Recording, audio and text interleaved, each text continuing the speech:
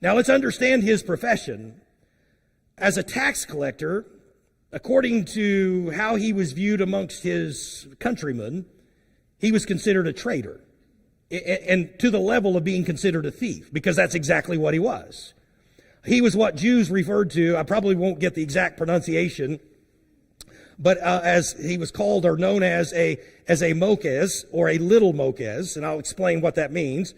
Zacchaeus, remember who Zacchaeus was, the wee little man? He was also a tax collector.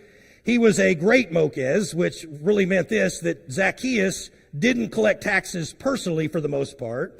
He probably owned receipts of custom, and he oversaw and demanded payment from other tax collectors, men like Levi. So Levi would have had a station where he would have collected taxes, but then he had to pay a fee to people like Zacchaeus.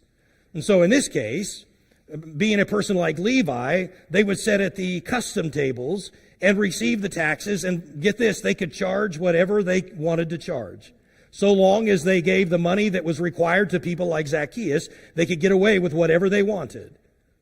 You could imagine how bad these people were hated, how despised they were in their communities. In fact, they were more hated than the Roman soldiers who occupied Jerusalem. They were more hated than Herod's loyalists.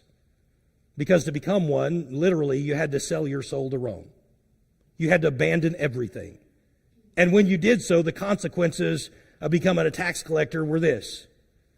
You would lose all your friendships. Nobody wanted to be associated with a tax collector. You would lose your family privileges for the most part. Most families would denounce you as a child or as a son or as a brother or sister. In fact, you would even lose your place in the synagogue, which meant you no longer had a place to worship. Everything that you had would be gone. Now, I don't know about you, that sounds like a big price to pay for something like this. But the power of money, the power of influence, sometimes persuades people to do what seems unthinkable.